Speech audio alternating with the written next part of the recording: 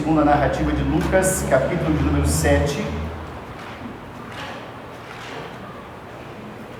E os irmãos vão acompanhar a leitura a partir do verso de número 36. Lucas, capítulo de número 7, a partir do verso de número 36. É uma história bem conhecida e nós queremos aprender um pouco mais sobre o ministério de Jesus a partir dessa expressão. Lucas 7, a partir do verso de número 36. Assentados reverentemente, os irmãos vão acompanhar a leitura que fala sobre a história de uma pecadora que ungiu os pés de Jesus. Lucas 7, a partir do verso 36, nos diz assim: convidou-o um dos fariseus para que fosse jantar com ele. Jesus, entrando na casa do fariseu, tomou lugar à mesa. E eis que uma mulher da cidade, pecadora, sabendo que ele estava à mesa na casa do fariseu, levou um vaso de alabastro com unguento, e estando por detrás aos seus pés, chorando, regava-os com suas lágrimas e os enxugava com seus próprios cabelos, e beijava-lhe os pés, e ungia com unguento. Ao ver isso, o fariseu que o convidara disse consigo mesmo: se este fora profeta, bem saberia quem é e qual é a mulher que lhe tocou, porque é pecadora. Dirigiu-se Jesus ao fariseu e lhe disse: Simão, uma coisa tenho a dizer-te. Ele respondeu: dize-a, mestre. Certo credor tinha 2 devedores. Um lhe devia 500 denários e outro 50. Não tendo nenhum dos 2 com que pagar, perdoou-lhes a ambos.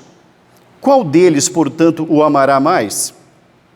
Respondeu-lhe Simão: suponho que aquele a quem mais perdoou. Replicou-lhe: julgaste bem. E voltando-se para a mulher, disse a Simão: vês esta mulher? Entrei em tua casa e não me deste água para os pés. Esta, porém, regou os meus pés com lágrimas e os enxugou com seus cabelos. Não me deste ósculo. Ela, entretanto, desde que entrei, não cessa de me beijar os pés. Não me ungiste a cabeça com óleo, mas esta com bálsamo ungi os meus pés. Por isso te digo, perdoados lhe são os seus muitos pecados, porque ela muito amou. Mas aquele a quem pouco se perdoa, pouco ama. Então disse a mulher: perdoados são os teus pecados. Os que estavam com ele à mesa começaram a dizer entre si: quem é este que até perdoa pecados? Mas Jesus disse à mulher: a tua fé te salvou, vai-te em paz. Que Deus nos abençoe, irmãos, em nome de Jesus. Amém. Ministério de Jesus.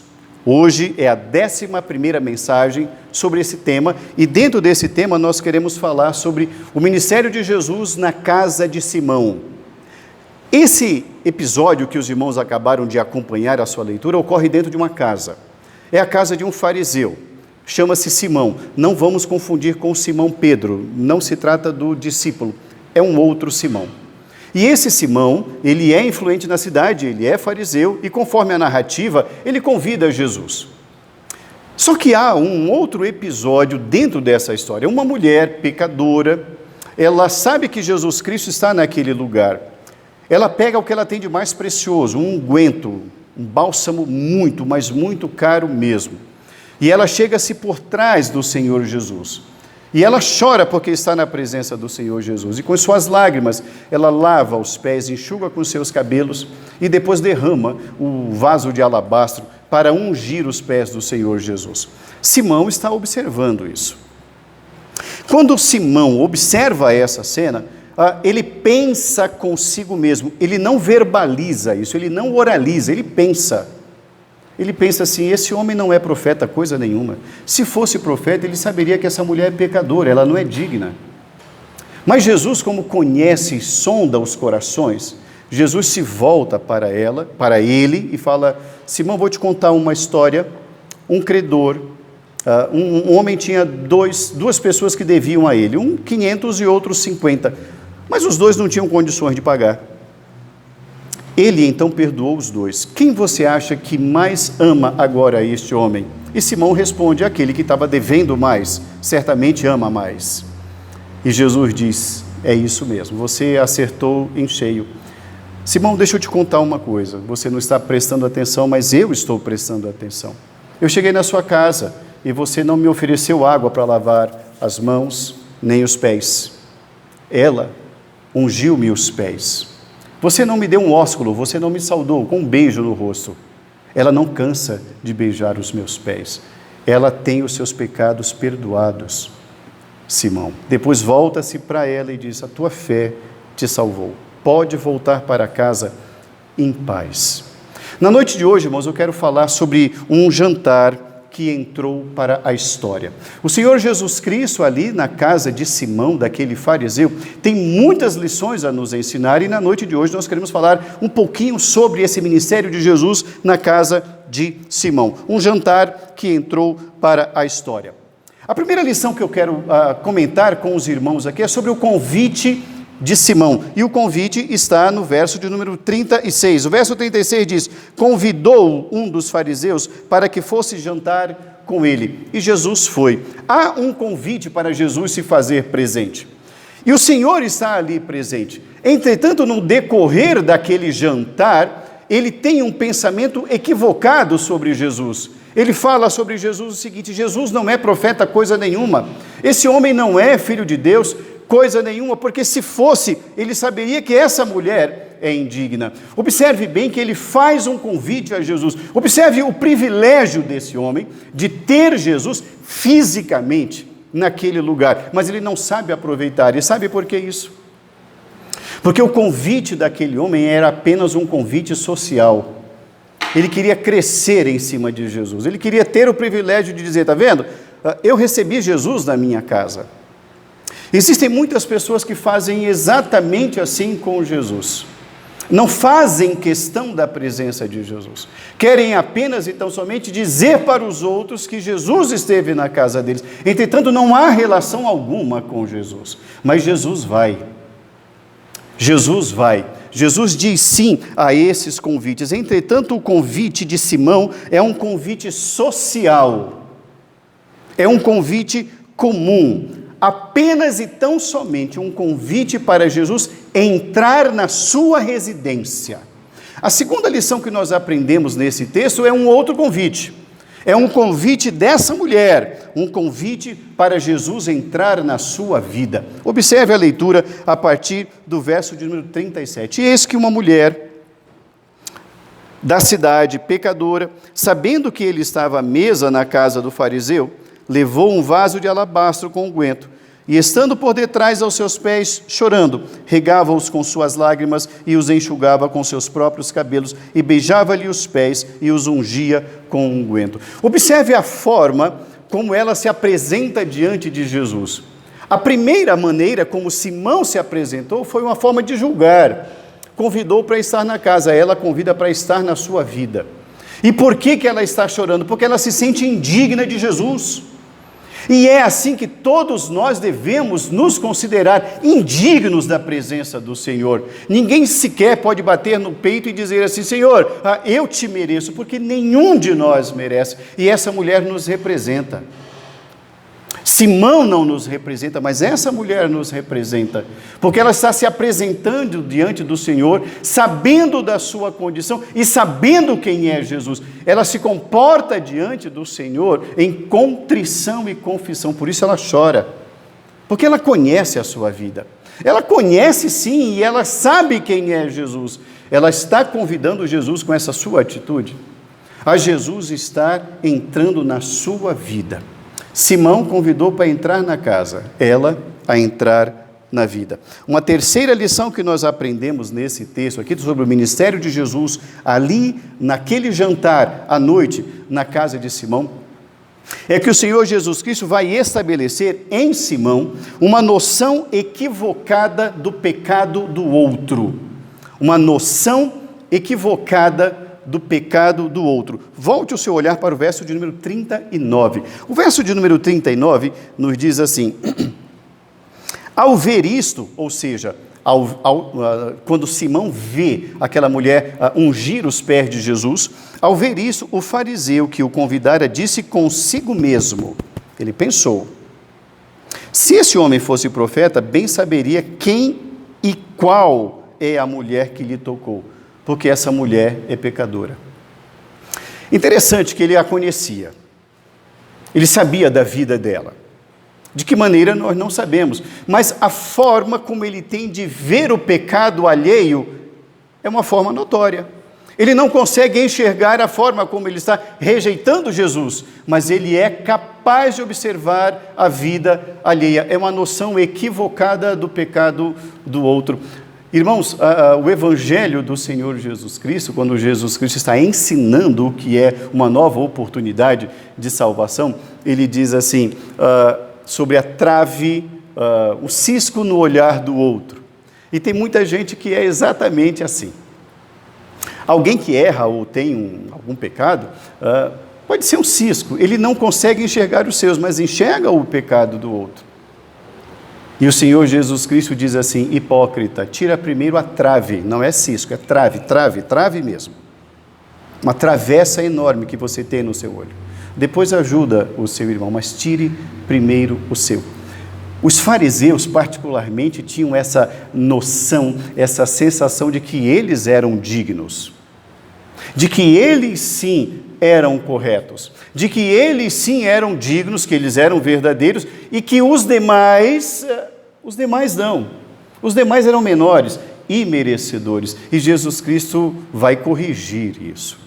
Irmãos, da mesma maneira que aquele homem, de maneira equivocada, convida Jesus apenas e tão somente para estar na sua casa, ele rejeita Jesus como Senhor.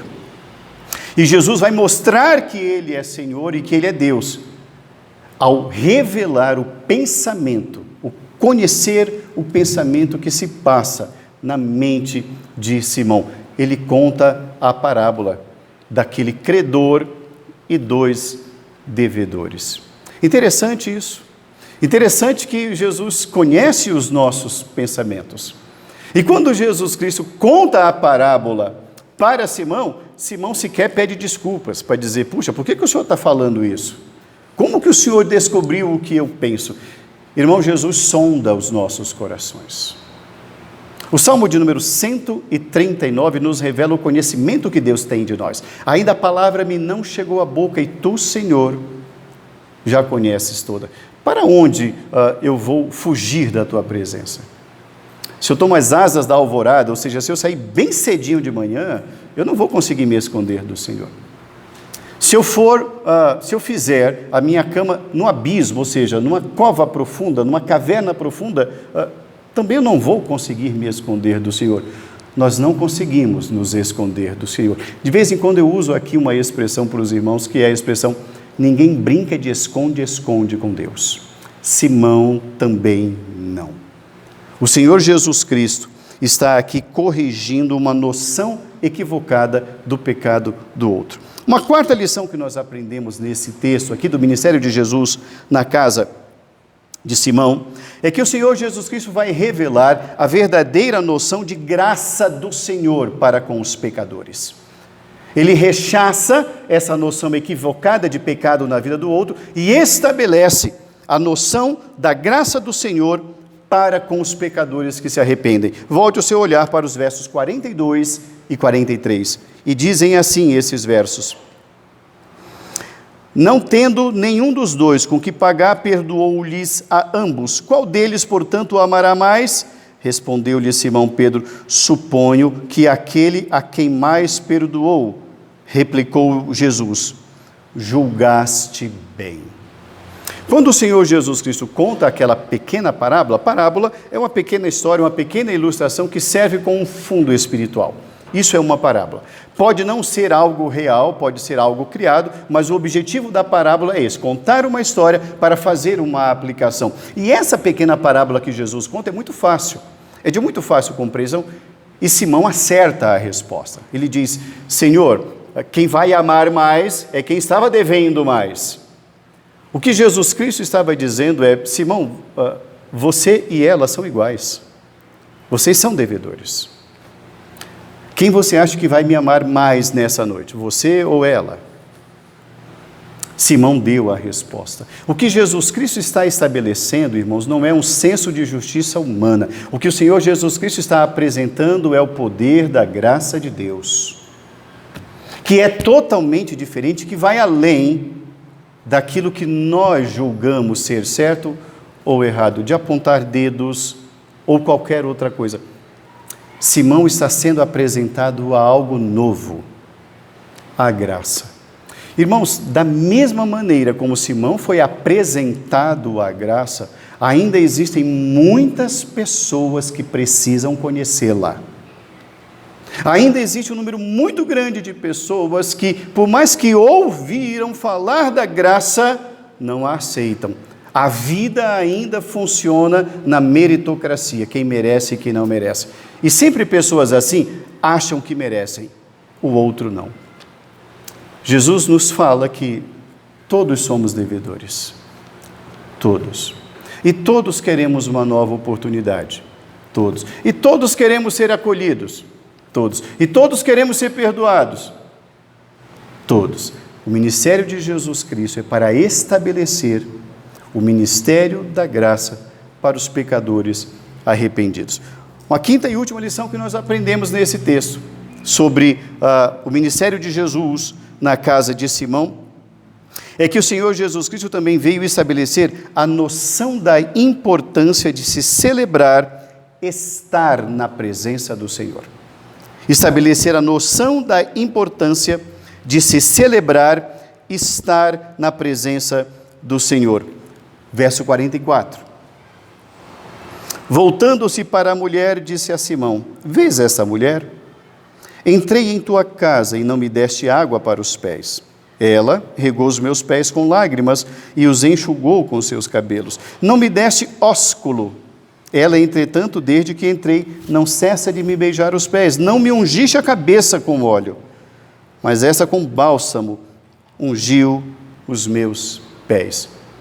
O que Jesus Cristo está dizendo é: Simão, perceba um pouquinho só a sua vida. Olha como você tem me tratado. Olha como você me tratou. Você me convidou. Mas olha só, cadê a água para a minha purificação das mãos e dos pés? Não há. Cadê a saudação do que bom que você veio? Não há. Você não me ungiu. Olha como você está me tratando, porque você se acha digno. Irmãos, Jesus Cristo veio para estabelecer a alegria da celebração, de se estar na presença dEle. Isso deve ser celebrado.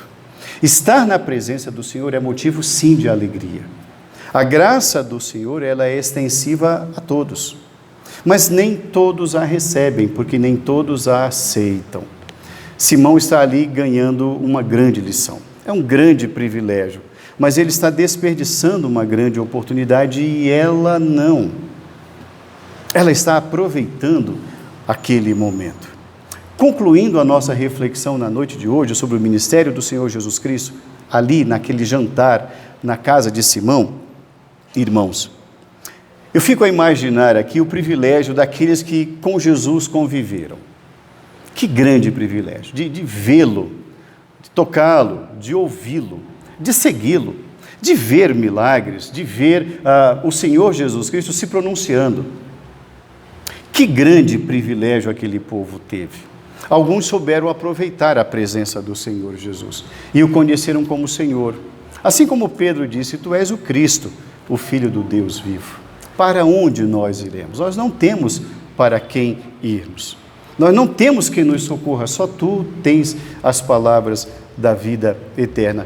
Da mesma maneira, essa mulher encontrou em Jesus uma oportunidade e quando esteve diante dele, ela não desperdiçou essa oportunidade. É preciso que entendamos que existem tantas outras lições nesse texto, tantas outras, o texto é inesgotável. Mas é importante que saibamos, que entendamos e creiamos que Jesus não pode ser apenas e tão somente alguém que passe pela nossa vida ou passe pela nossa casa. esse convite social acerca de Jesus não é a melhor coisa. É bom, mas não é o melhor. É mais importante quando nós o identificamos como o Senhor da graça, como o Senhor que perdoa e que acolhe, porque Jesus Cristo veio para estabelecer isso. A graça é para quem busca. Que a graça do Senhor, irmãos, alcance as nossas vidas. Que o poder do Senhor nos regenere e nos renove. E que, como nós acabamos de cantar, o Senhor nos faça um vaso novo, de novo. Isso é a graça do Senhor. Que Deus nos abençoe em nome de Jesus. Amém.